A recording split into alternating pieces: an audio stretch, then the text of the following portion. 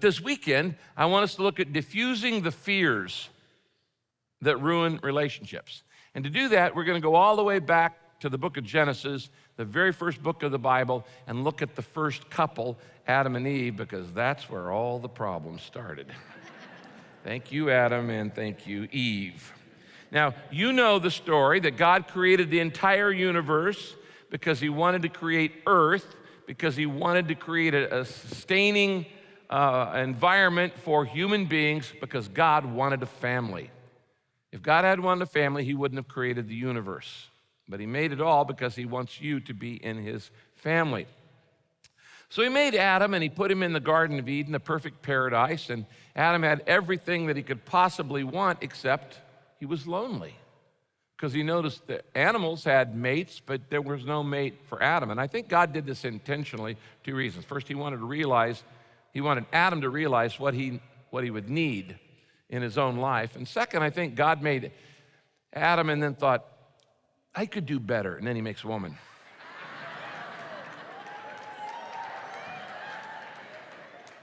Don't worry, I'll get you back. And so God makes Adam out of the dust, out of the dirt of the earth. And he creates Adam out of dirt. Now he creates woman out of Adam. Okay? Now, this, by the way, is why men don't mind getting dirty and women do. Because men are made of dirt, okay?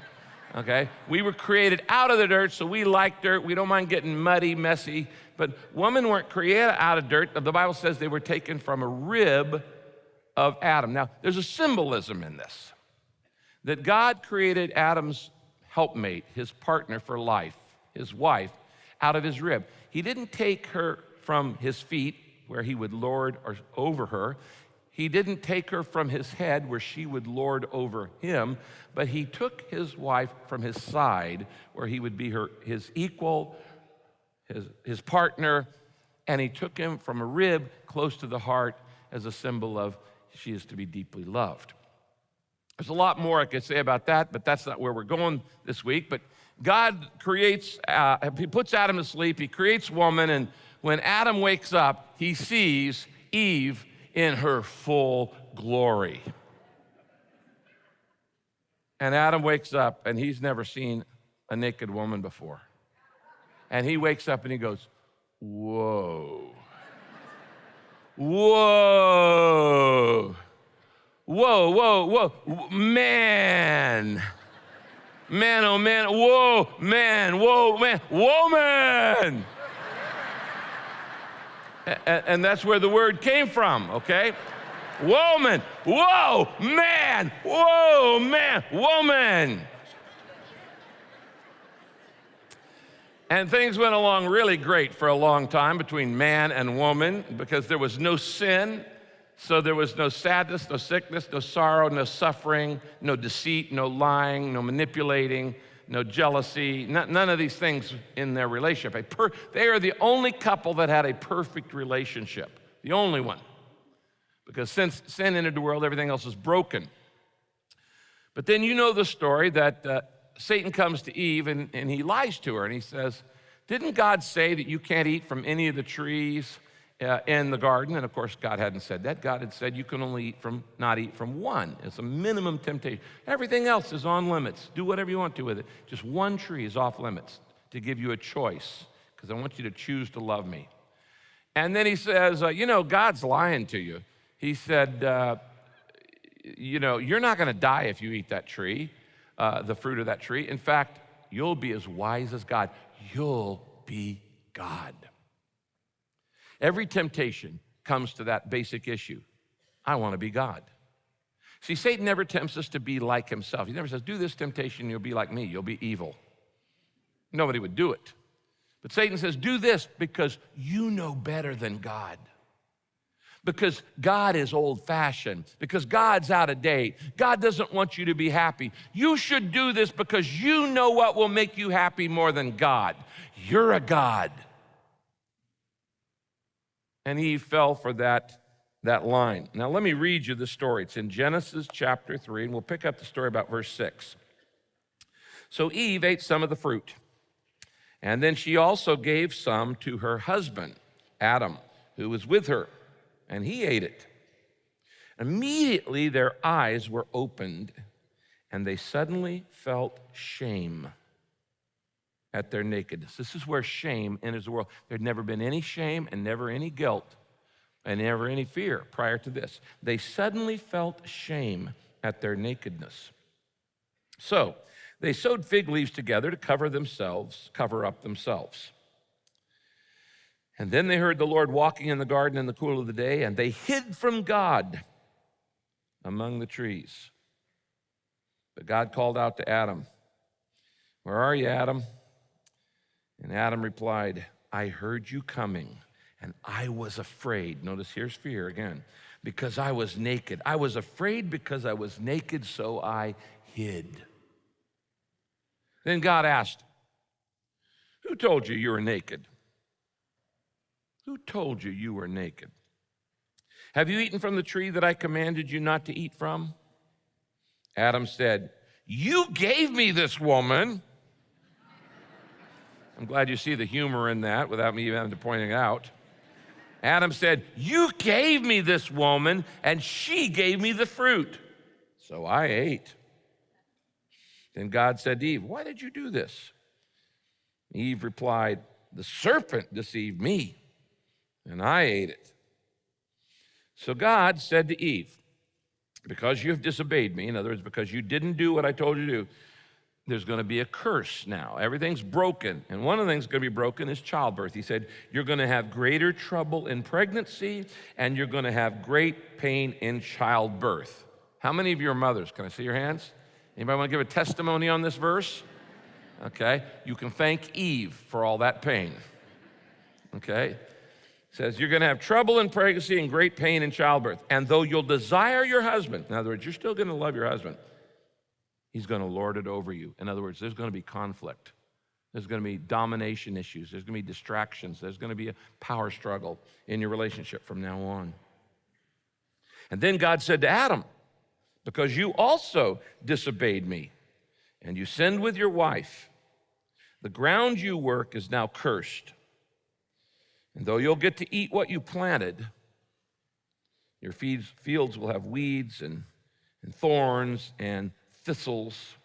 So you can thank Adam for all the weeds in the world.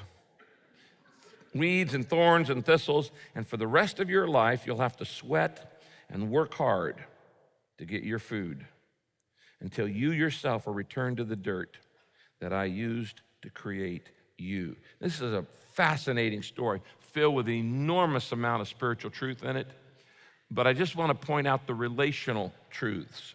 Because in this story, we see the three basic fundamental fears that pop up in every single relationship. Now, you can use what we're going to look at today in your small group. You can use it in your marriage. You can use it with a boyfriend or girlfriend. You can use it with friends. You can use it at work, because these three fundamental fears that started in the first relationship when sin entered are still present in your life and in everybody else's life, and they damage and they destroy potential in relationships. Let's get right into it. Number one, the first fear we learn is this. It's the fear of exposure, and it is this. The fear of exposure makes me distant. The fear of exposure makes me distant. Why can't I get close to people? I'd like to be closer to my wife. I'd like to be closer to my husband. I'd like to have that intimacy, that soul, passionate intimacy, partnership. Why can't I get close to the people in my life? Well, my fear of exposure makes me distant. Now, here's the truth. There's a lot in you that you don't like. You don't like it about you. And because you don't like it about you, you certainly don't want anybody else seeing it. And the things that you don't accept about you, you have a fear will not be accepted by others, so you want to keep your distance, because when people get close to you, they can see you warts and all. The closer people get, the more they see your blemishes, the more they see your mistakes, your faults, your failures, your weaknesses. And so we keep people at a distance because of fear of exposure, that people will know what we know about ourselves. And those things you don't like about you, you don't want being shared anywhere else.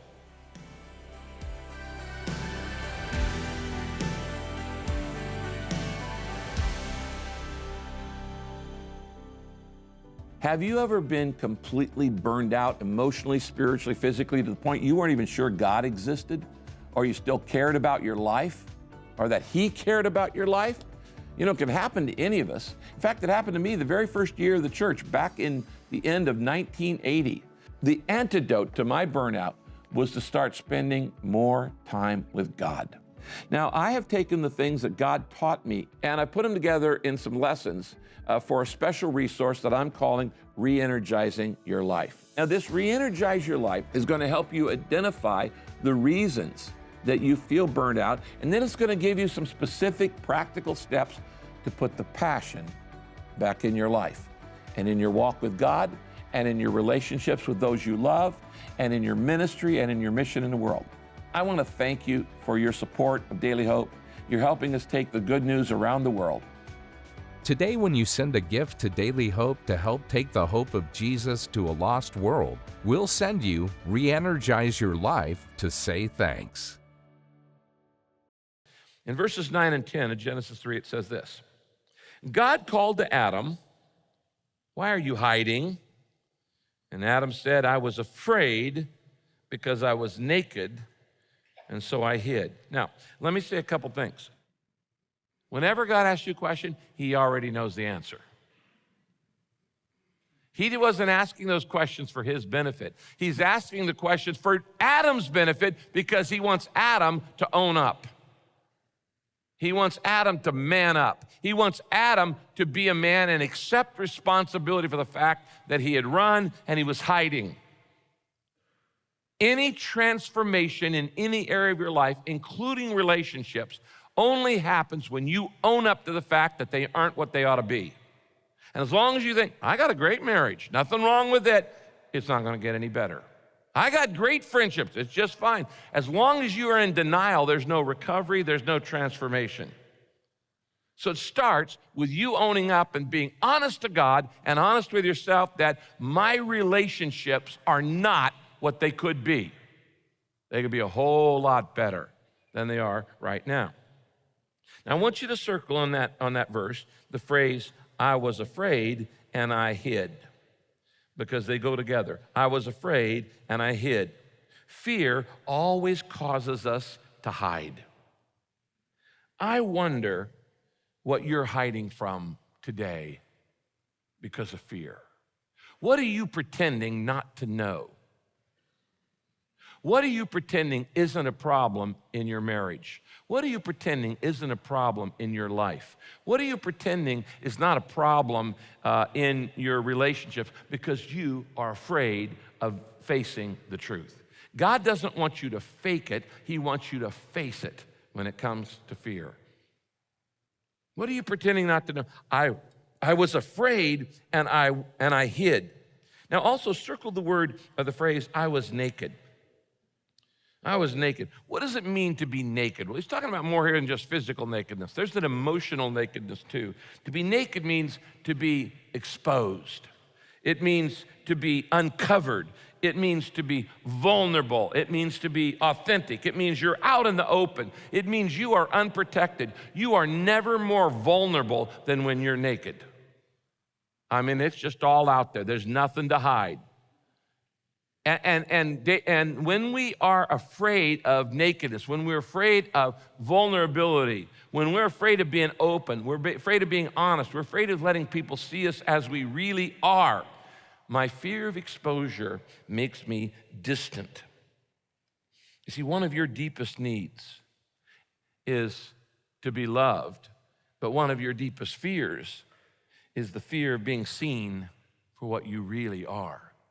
And you can live with a husband or a wife for 50 years and keep secrets from them because you're afraid that they would not accept that part of your life.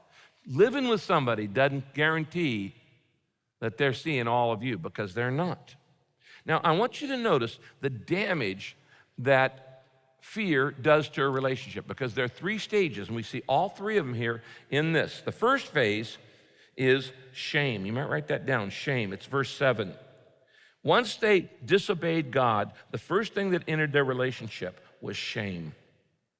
And when you disobey God, shame enters your relationships. It says they suddenly felt shame at their nakedness. Fear is often based in shame.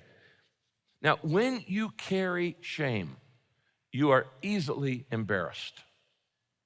When you carry shame, you fear embarrassment almost more than anything else. And you will do almost anything in your life to avoid embarrassment. That is a symptom that you're carrying unresolved shame in your life. Shame makes me more self-conscious. Shame makes me nervous, more nervous. Shame makes me fearful of being humiliated. And I'm going to avoid that at all costs. Shame means I am easily mortified. Because if you have any of those things in your life, it means there's some shame you haven't given to God and let him take it away in your life. Phase 1 is they felt shame. Phase 2 is the cover-up. The cover-up. And what happens is when we feel ashamed, we try to conceal who we really are, our true selves. Verse 7b says, so they sewed fig leaves to cover themselves up, or to cover up themselves. Now, if you've ever seen a fig leaf, they're not very big. Some of us, it'd take a lot of fig leaves to cover us. Okay. Now today, we all have much more sophisticated ways of covering up who we really are.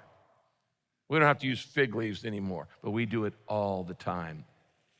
I wonder what ways you use to cover up your fears, your insecurities. What ways do you cover them up? Some people use humor, and they're the class clown, but they don't let anybody get close to them. They don't let anybody get close to them. And they use humor. Maybe you try to cover up your insecurities by presenting an image that you're all put together. I mean, you got the right clothes, you got the right accessory, you got the right hair, you drive the right car, you say the right things, you use the right words, and you give this image that you're all put together, but you're not. You're not. You don't have it all together. You don't have it all together in any sense of the word. But you try to present this image. Why? Out of fear. Today, a lot of people hide behind an online image. And if you read their Facebook, their life is perfect. And if you read their Instagram, they have nothing but fun and everybody wants to date them. And they are so cool. Stop pretending you've got a perfect life on social media. You're just faking it, and it's revealing the fears in your life. There's a third phase. We move from shame to cover up, and the third phase is distance from God. And that's verse 8. It says, then they hid from God among the trees.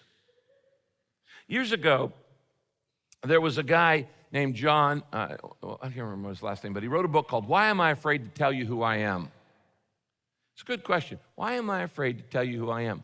And the answer to that question was, the reason I'm afraid to tell you who I am is because you might not like who I am. And if I share who I really am, not what I'm pretending to be, if I share who I really am and you don't accept me, it's tough luck. I'm up a creek without a paddle, so there's no way I'm going to let you see the real me because you might reject it. They hid from God among the trees, and this causes us now to not only be disconnected from other people, and that's why we have relationships problems with others, but we're disconnected from God, which is why we have a relationship problem with God. And we not only start fearing other people, we start fearing God out of shame. God doesn't expect you to be perfect, but he does expect you to be honest. So the first fear is this fear of being exposed, and that causes me to be distant. The second fear we see in Adam and Eve is the fear of disapproval. And my fear of disapproval makes me defensive. My fear of disapproval makes me defensive.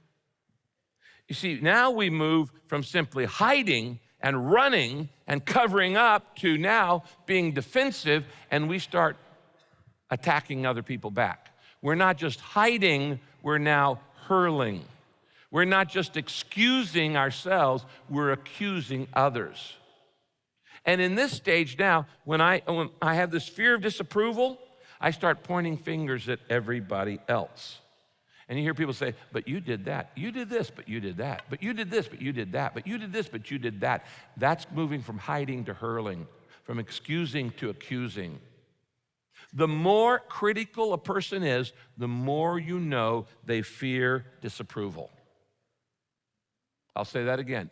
The more critical, the more perfectionistic, the more attacking someone is, they're always putting everybody else down, the more you know that person fears disapproval, because that's the way it shows up. The more I fear disapproval in my life, the more I'm going to point at other people and all what they're doing wrong. So you see these commentators and preachers and other people who are always pointing out the wrong of everybody else, they are afraid of being disapproved of themselves. It's coming out, that judgmentalism. We see this in verse 12. God asked, did you eat what I told you not to eat? Adam answered, you gave me this woman, and she gave me the fruit. Adam took it like a man. He blamed his wife. And in fact, he's not even blaming his wife as much, he's blaming God. You gave me this woman. You know, if you hadn't made this woman, you and me, God, we'd be like this. It's all my wife's fault. I'd really be close to you, God, if it weren't for that wife. That woman, she seduced me. She got me all messed up. And so Adam is blaming not only Eve, he's blaming God for his choice. He's passing the responsibility. Now, you've heard me say many times, you spell blame, be lame. And Adam is being lame here. Now, sorry, ladies, but Eve wasn't any more willing to accept responsibility. She doesn't show up either. She doesn't woman up to this. Genesis 3:13, then Eve said, the snake tricked me into eating. So Adam blames his wife and Eve blames a snake. Great. My fear of disapproval makes me defensive. And this happens in your marriage and in your relationships all the time. If anybody says anything that you feel, your wife says something to you that you feel is a hint of disapproval, you immediately get defensive. You immediately get defensive. And you either explain it, or you attack back, or you accuse or excuse, or you say something catty or whatever. My fear of exposure makes me distant, and my fear of disapproval makes me defensive. But there's a third fear we see in Adam and Eve, and it's the fear of losing control. And my fear of losing control makes me demanding. My fear of losing control makes me demanding. You see, the result of Adam and Eve's sin is they lost control. They lost control of everything. They lost control of their future. They lost control of their destiny. They got kicked out of paradise. And now they're feeling totally out of control because they weren't controlling anything at this point. And in this situation, my fear of losing control makes me demanding. Now, let me just say it this way. The more out of control you feel, the more controlling you become. The more out of control I feel, the more controlling I become. I start bossing everybody around. I start making demands. I start protecting myself. I start defending, demanding, demeaning. I start dominating. The more insecure you are, the greater you have a need to get your way. If you're a very secure person, you don't need to have your way all the time. You don't. Doesn't bother you. You don't have to have your way all the time because you're secure. But if you're insecure, then you really have to have your way all the time. And you fight for your way, and you push for your way, and you control your way. The more out of control you feel, the more controlling you become. Now, this happens in verse 16, where God says to Eve, you'll have yearnings for your husband. In other words, you're going to love your husband, even though you both messed up, but he will lord it over you. The Berkeley version says he will dominate you. And this is where the war of the sexes began, right there. and all the misunderstanding between men and women, between husbands and wives, boyfriends and girlfriends, all the confusion, all the conflict, all the jockeying for power and position, all of the tit for tat, all of this for that, all of the, bargaining and who's going to be in control of this and who's going to run this, and that's all goes back to this situation here, sin.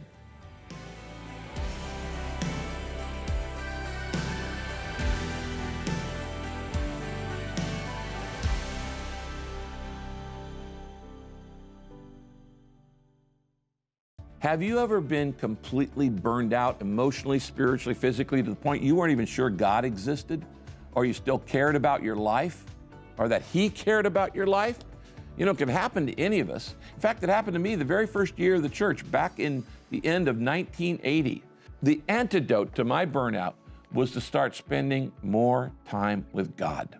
Now, I have taken the things that God taught me and I put them together in some lessons for a special resource that I'm calling Re-Energizing Your Life. Now, this Re-Energize Your Life is going to help you identify the reasons that you feel burned out, and then it's going to give you some specific practical steps to put the passion back in your life and in your walk with God and in your relationships with those you love and in your ministry and in your mission in the world. I want to thank you for your support of Daily Hope. You're helping us take the good news around the world. Today, when you send a gift to Daily Hope to help take the hope of Jesus to a lost world, we'll send you Re-Energize Your Life to say thanks.